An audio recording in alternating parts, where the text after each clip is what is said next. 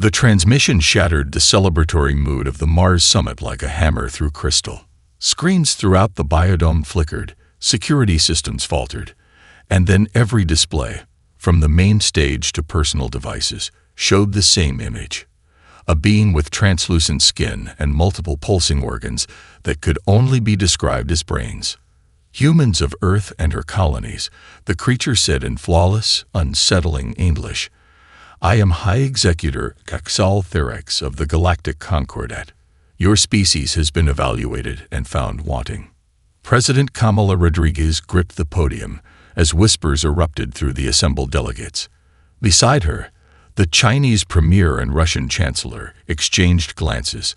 None had been briefed on first contact protocols because, officially, humanity had never encountered intelligent alien life. You breed without constraint. You war among yourselves. Your technological development lacks ethical oversight, Xaltherix continued. We have observed 17 of your centuries, sufficient time to determine that humanity represents an unacceptable risk to galactic stability. The beam's multiple eyes blinked in unsettling asynchrony as it detailed the Concordat's terms. Accept sterilization of 80% of Earth's population and permanent technological oversight, or face complete annihilation. To punctuate the point, the transmission shifted to footage of a green-blue planet not unlike Earth being methodically reduced to molten slag. This was Elysium IV. They chose defiance.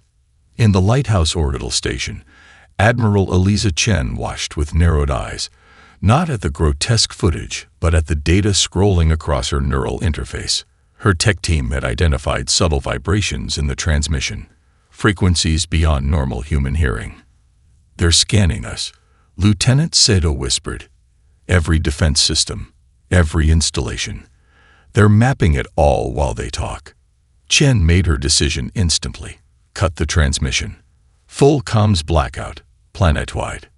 "But Admiral Vale, they're already hostile. Let's not give them a complete invasion plan." The signal terminated mid-sentence. Through the station's viewport, Chen could see Mars below, the diplomatic summit now in chaos. Her secure line buzzed.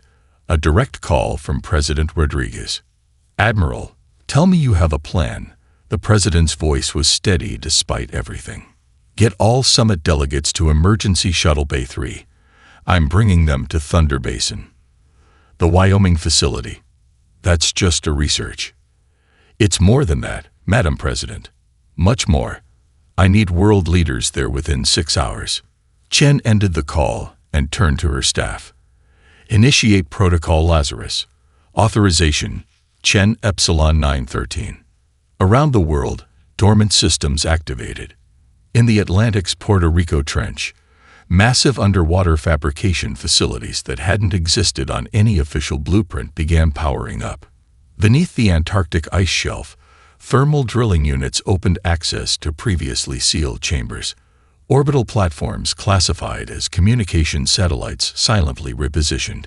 20 minutes after Chen's order, the first Concordat vessels appeared at the edge of the solar system. Massive constructs of crystalline material and unknown alloys, they moved with impossible acceleration toward the inner planets. In Thunder Basin, as world leaders were ushered through security levels that most hadn't known existed, they came face to face with humanity's best-kept secret, the partially reconstructed scout ship discovered in the Atacama Desert in 2089, its alien technology now integrated with human innovation. Dr. Takashi Inu, his thin frame dwarfed by the massive artifact, turned to the assembled leaders. "For 70 years, we've prepared for this day," he said quietly. "They believe we have no chance. That is our only advantage. Metamaterial absorption at 93% efficiency," Dr. Inu announced, his voice echoing through the cavernous underground laboratory. He tapped his tablet, and the results displayed on the holographic projection. "That's 17% better than last week." The test chamber held what appeared to be a simple hexagonal plate, no larger than a dinner tray. A focused particle beam, powerful enough to vaporize tank armor, struck the material and simply vanished, with minimal heat dispersion. Admiral Chen nodded. and production capacity. The Atlantic facility is outputting enough for 2 destroyer-class hulls per day. Antarctica has already completed the orbital defense grid components. Thunder Basin had transformed into humanity's nerve center. 3 weeks into the crisis, diplomatic channels remained technically open. A special envoy team headed by UN Secretary Afolayan communicated daily with the Concordat, requesting clarification and implementation timelines for the sterilization protocols. Every day bought was another day to prepare. "They're growing suspicious," President Rodriguez said, studying the latest intelligence reports. "The Concordat has deployed additional scout ships to Venus and Europa." "Let them look," Chen replied. "Those aren't our real manufacturing centers." In a sealed chamber 12 levels below, Captain Darius Wade emerged from a silver-colored bath, gasping.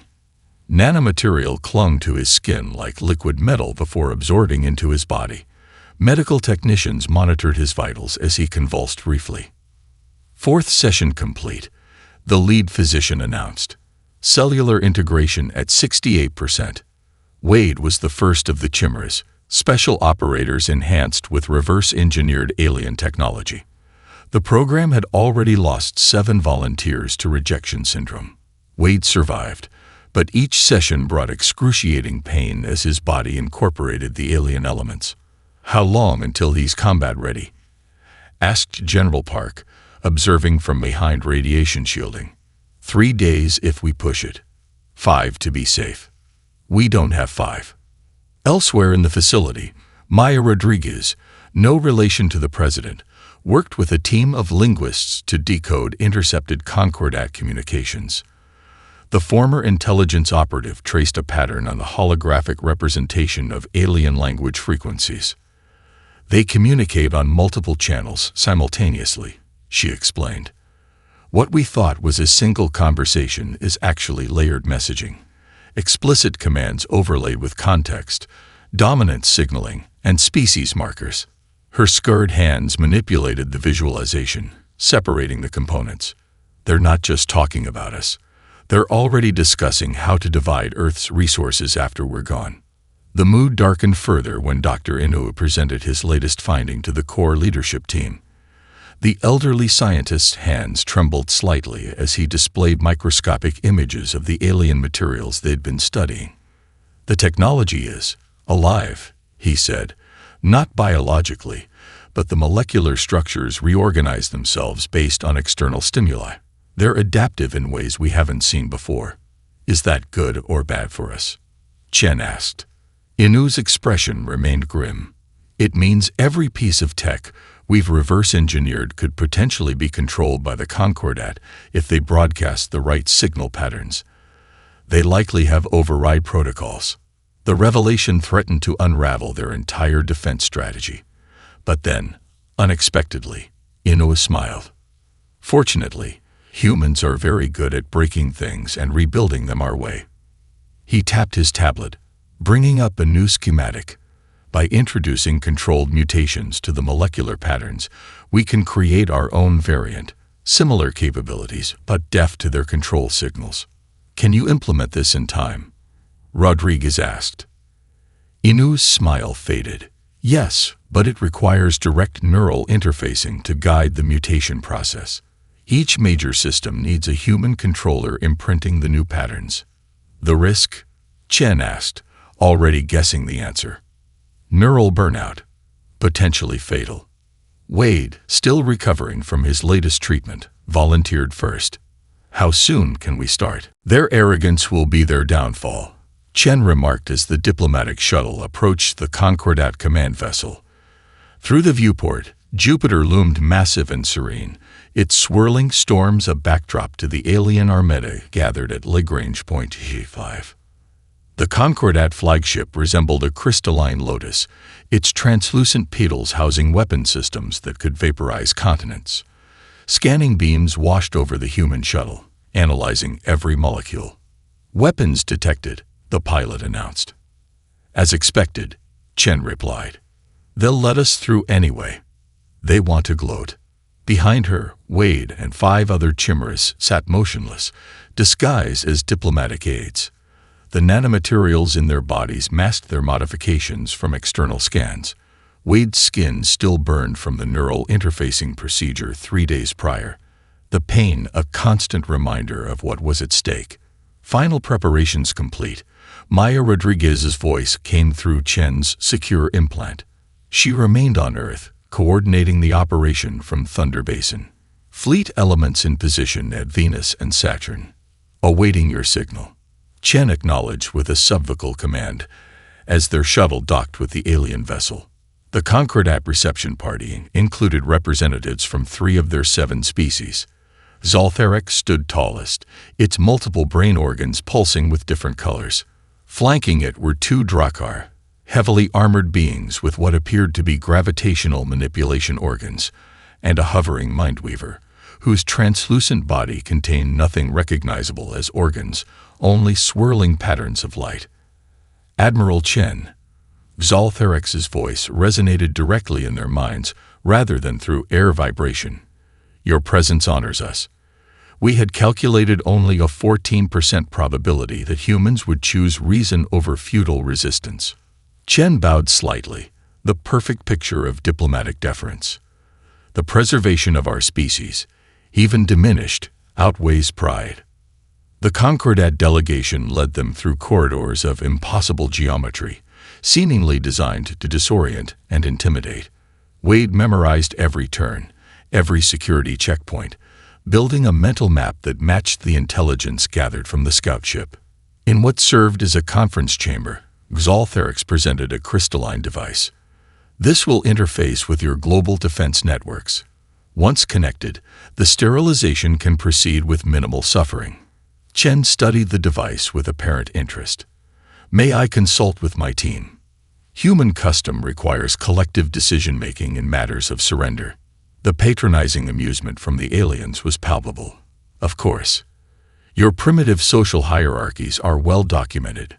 The humans huddled together, creating a small circle that blocked visual observation. Wade placed a device on the floor that emitted a localized interference field, masking their conversation from the aliens' advanced hearing. Chimeras ready, Wade whispered. Earth fleet? Chen asked. In position. Chen nodded and tapped a pattern on her wrist device. 3 short pulses. Across the solar system, humanity launched its counterattack. On the Concordat vessel's bridge, alarms blared as sensors detected human ships emerging from Venus's sulfuric acid clouds and Saturn's electromagnetic storms, hiding places the aliens had dismissed as too hostile for habitation. Simultaneously, the human diplomats transformed. Wade's nanomaterial-infused body reconfigured, his formal attire flowing like liquid metal to form armor. His right arm elongated into a weapon derived from Concordat technology, but modified with human ingenuity. Designed specifically to disrupt crystalline structures. Perimeter secured, Wade reported as his team neutralized the guards with brutal efficiency. Moving to Phase 2. Chen strode toward a stunned Zoltherex, who was receiving reports of simultaneous attacks throughout the solar system. You told us we had a month to decide, Chen said, her diplomatic facade vanishing. We decided in minutes. Humanity rejects your terms. Zoltherex's brain organs pulsed rapidly as it realized the magnitude of its miscalculation. Impossible. Your species lacks the technological capability. No, Chen interrupted. Your species lacks imagination. The Concordat's retreat was neither orderly nor dignified. 46 of their vessels lay shattered in the space between Jupiter and Mars, crystalline debris forming an impromptu asteroid field. Chen watched from the captured flagship's command center as the remaining ships limped toward Titan, their formation in disarray.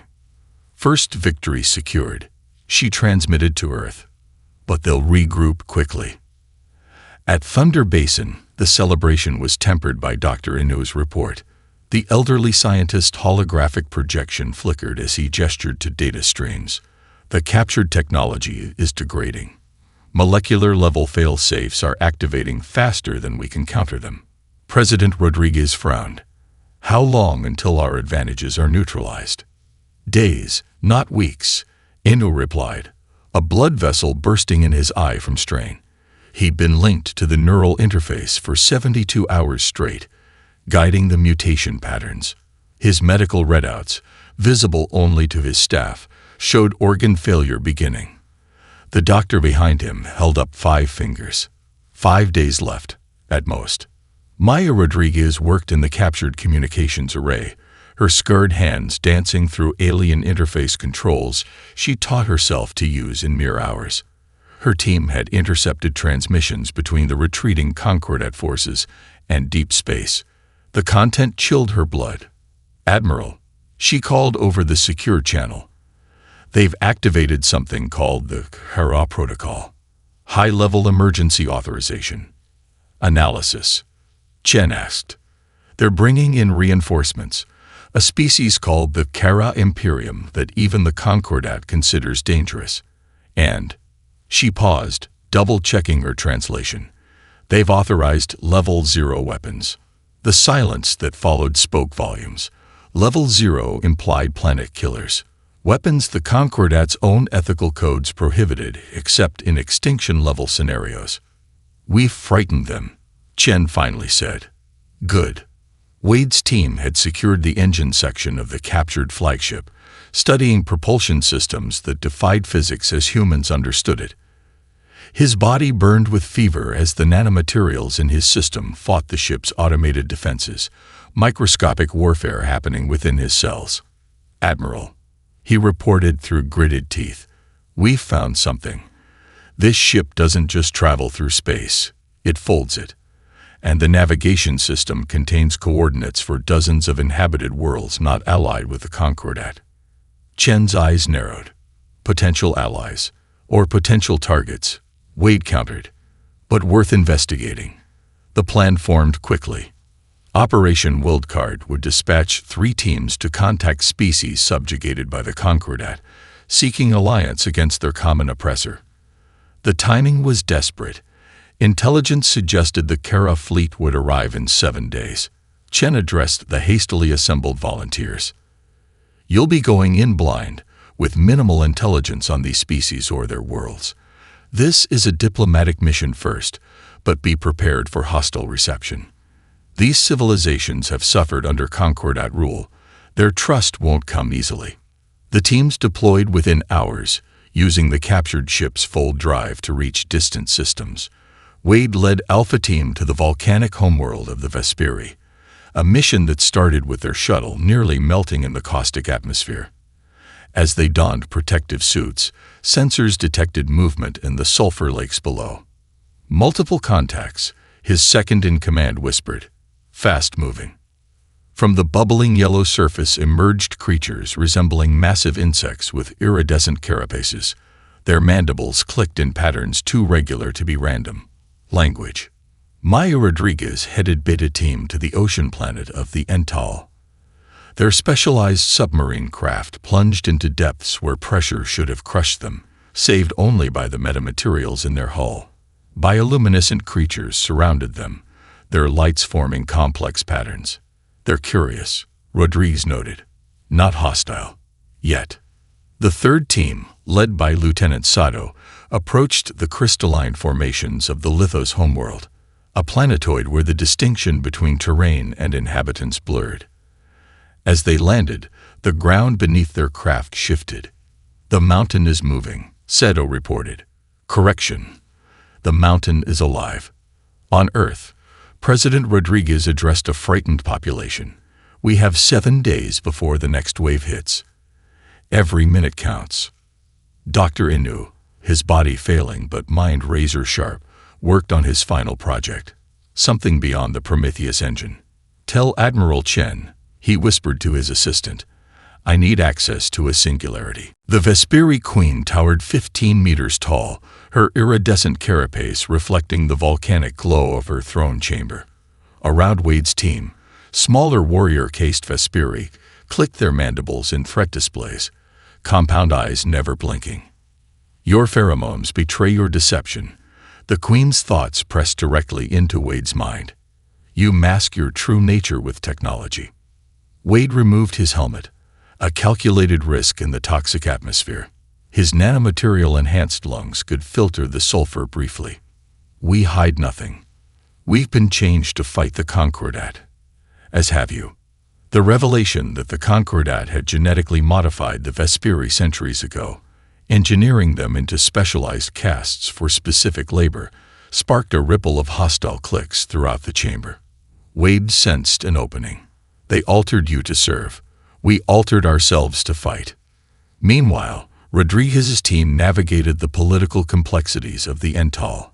The aquatic beings communicated through bioluminescent patterns and sonic vibrations that made the submarine's hull resonate like a cathedral bell. "Your concept of alliance does not translate," the Ental elders' patterns conveyed. "We have no word for temporary cooperation." Rodriguez thought quickly. Then consider permanent friendship. She played recordings of Earth's whale songs and dolphin calls, then transitioning to Bach's cello suites. The Ental's lights fluctuated rapidly, their equivalent of emotional response. Where formal diplomacy failed, music succeeded. "Your water songs speak truth," the elder finally responded. "We will hear more of your proposal." Lieutenant Seto's team faced the greatest communication challenge with the Lithos. The crystalline beings processed information on geological timescales, finding human speech incomprehensibly rapid. After failed attempts at conventional communication, a junior science officer unpacked her personal chess set. "The game's patterns might bridge the gap," she suggested. "Its mathematics made tangible." The Lithos observed a demonstration game for 14 hours without response. Then, suddenly, crystal formations grew into approximations of chess pieces. The scientists' gambit paid off. Through the game's symbolic language of strategy and consequence, understanding began. Back at Thunder Basin, Dr. Inu's team had constructed what he called a controlled singularity bottle, a containment field housing a microscopic black hole. The device would power the Prometheus engine, enabling temporary manipulation of physical laws within a defined space. The field test succeeded. Inu reported to President Rodriguez, his voice weak but triumphant. "For 3 microseconds, we altered the gravitational constant within the test chamber." "The military applications?" she asked. "Devastating. A ship caught in the effect would experience time dilation, structural failure, and power loss simultaneously." As the diplomatic teams secured tentative alliances, the logistics of integrating 4 radically different species into a cohesive fighting force created unprecedented challenges. The newly branded League of Sovereign Worlds established a command structure that accommodated each species' unique capabilities and limitations. The Vesperi contributed biologically engineered weapons that used principles humans had never conceived. The Ental sonic technology could disrupt the crystalline structures of Concordat vessels.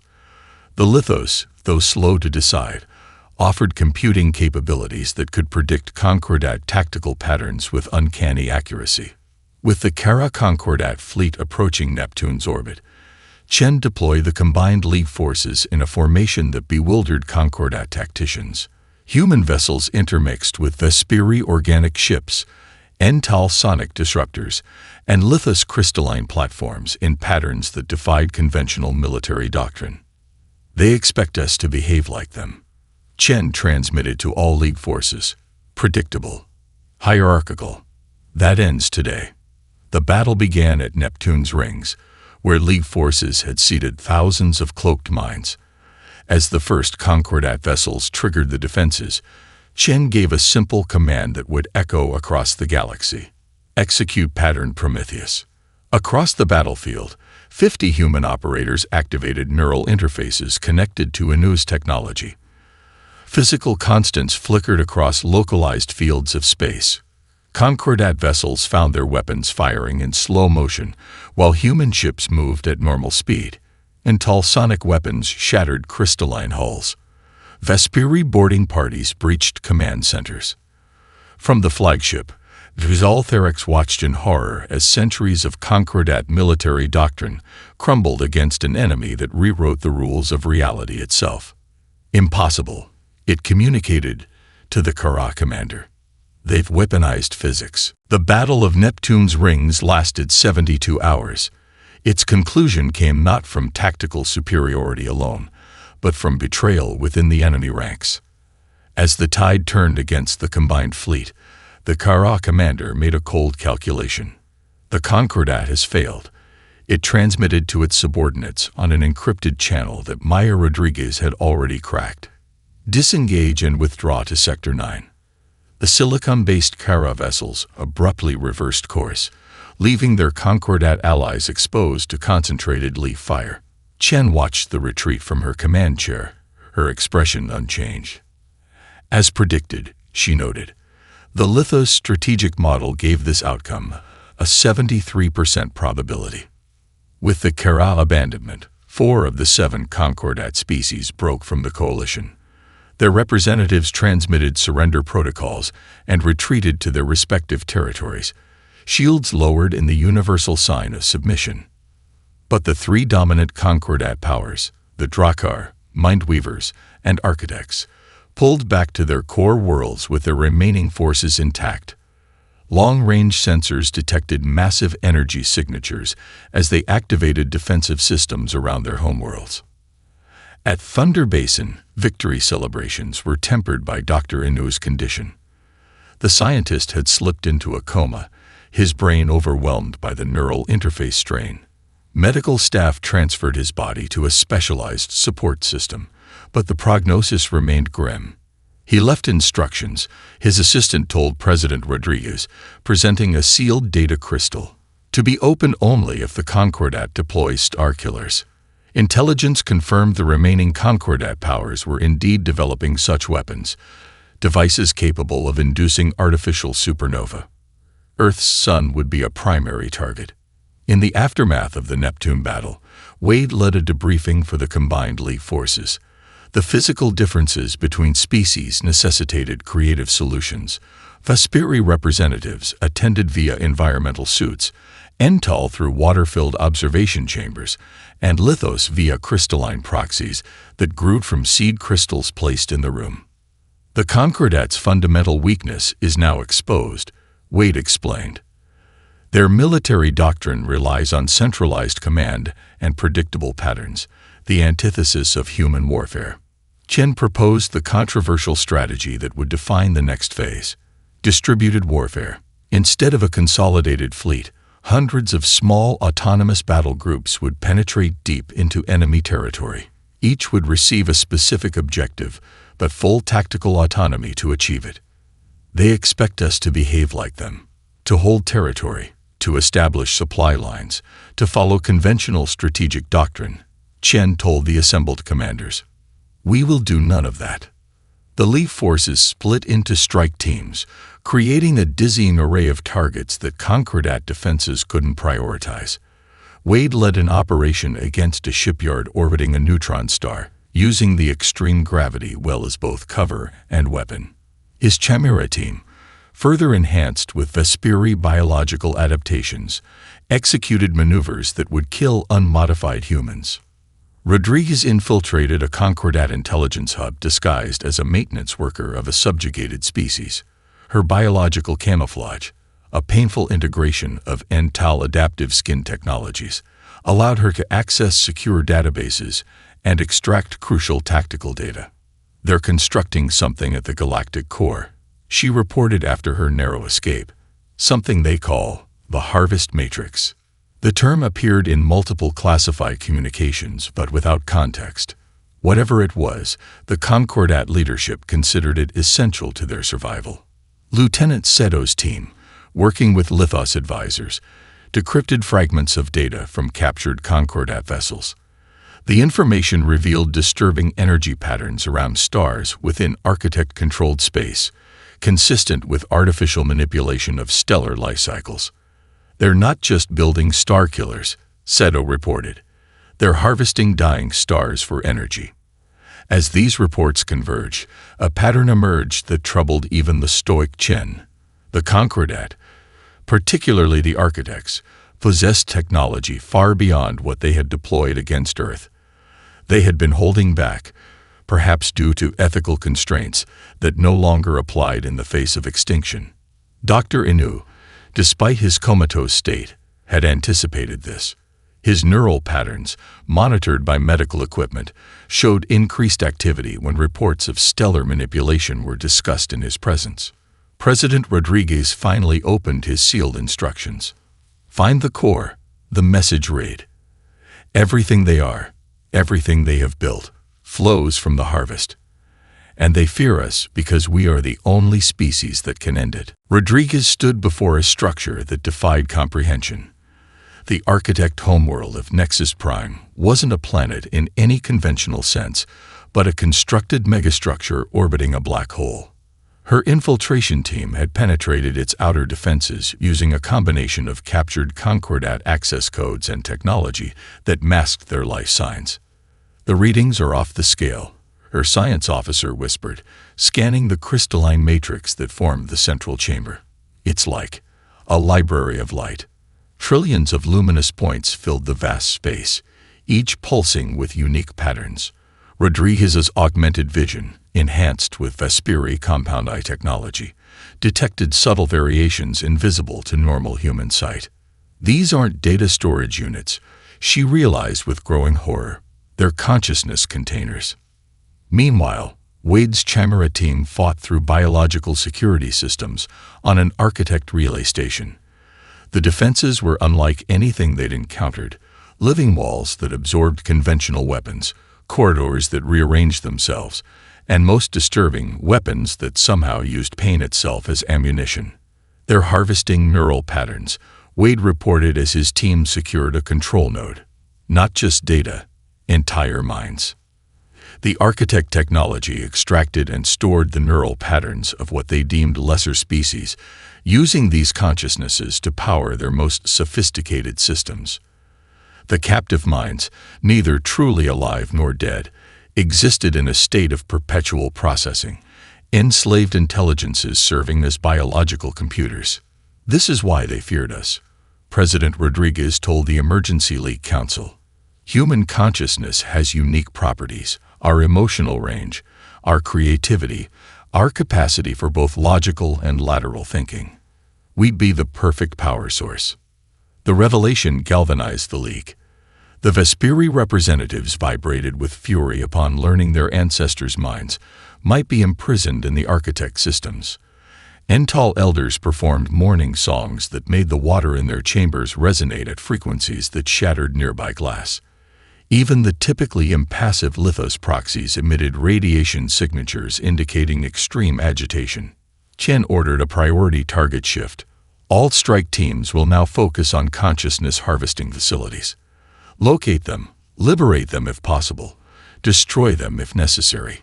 Dr. Inu, still comatose, but monitored by experimental Lithos neural interfaces, showed increasing brain activity. His assistant detected patterns in his neural firing that matched the activation sequence for the Prometheus engine.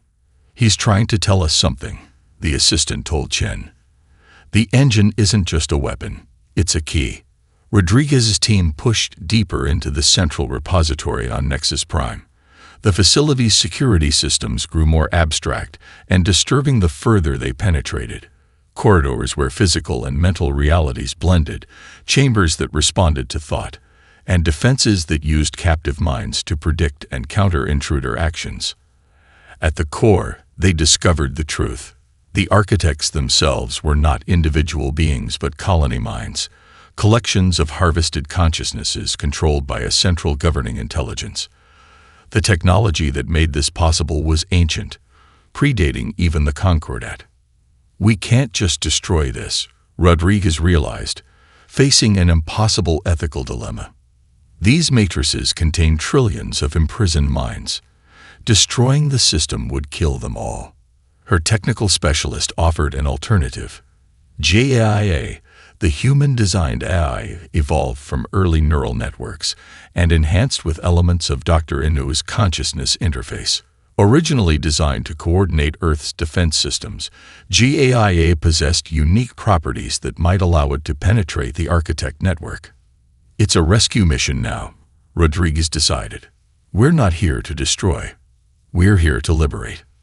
They uploaded GAIA into the system. The AI immediately began the painstaking process of individuating and freeing the stored consciousnesses while systematically disabling architect weapon platforms and control systems. Through GAIA's perception, Rodriguez witnessed the first minds being freed, ancestors of both the Vesperi and Ental, awakening after millennia of imprisonment. Their joy and confusion radiated through the system in waves of light. Across the galaxy, architect vessels suddenly lost power as their consciousness-based technology failed. On the bridge of the lead flagship, Chen received reports of Concordat systems shutting down in cascading patterns.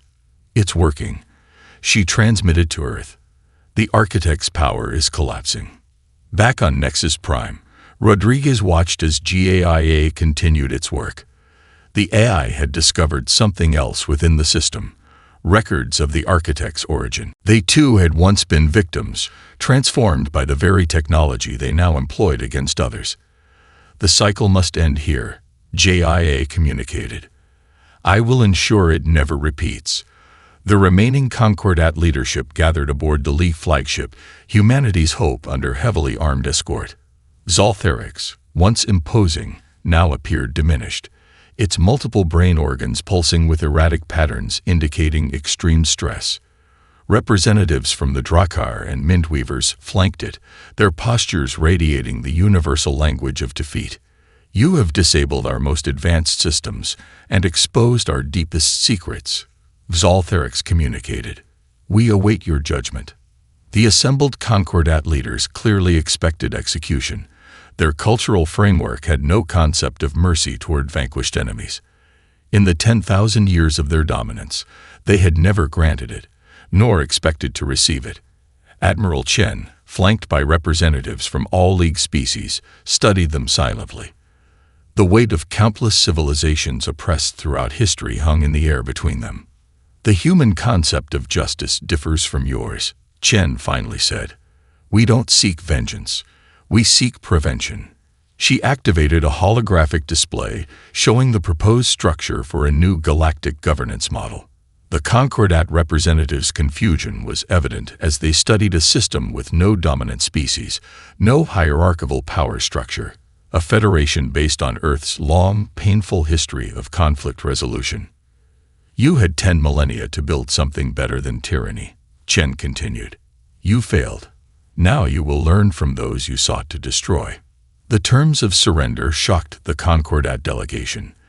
Their species would be integrated into the new Galactic Federation as equals, not subjects, not overlords. The consciousness harvesting technology would be completely dismantled under League supervision, with GAIA continuing the sacred work of liberating, and where possible, re-embodying the victims. Most revolutionary was the requirement that Concordat worlds open their territories to settlement by former subjugated species. Borders, both physical and political, would be redrawn based on consensual arrangements rather than historical conquest. "This is incomprehensible," Zoltherix responded after long deliberation. "You hold absolute power, yet you choose not to exercise it absolutely." "That's precisely why we won," Chen replied simply.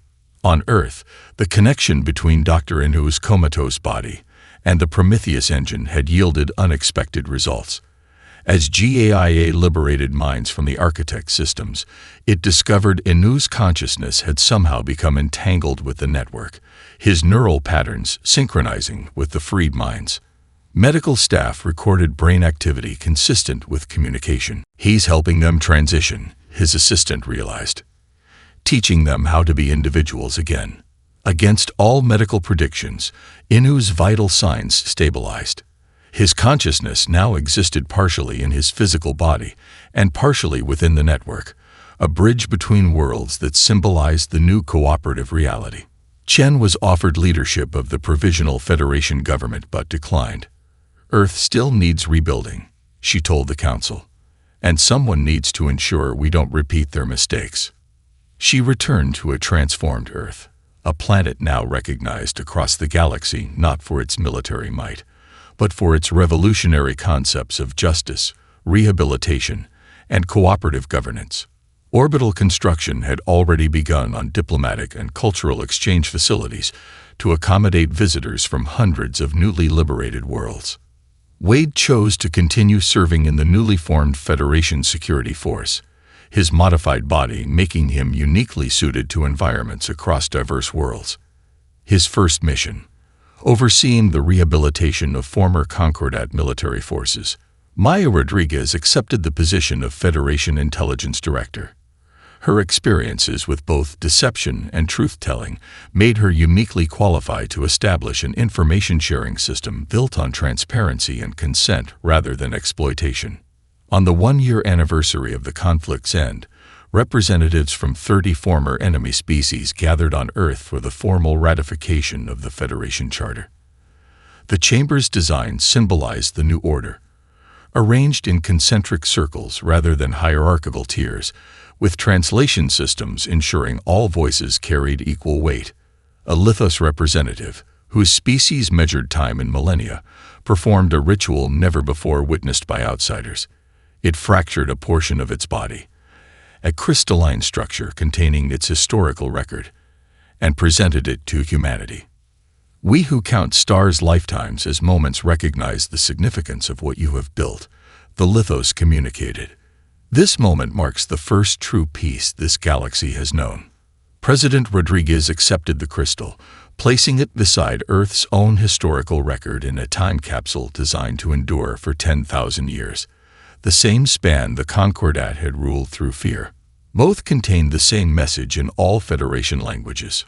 Remember when we were enemies. Celebrate that we chose another way. As celebratory lights filled Earth's night sky, ships from 100 worlds illuminating the darkness, Chen stood alone on the observation deck of the orbital station. The universe that had once threatened humanity's extinction now opened before them in limitless possibility. "We've only just begun," she whispered to the stars.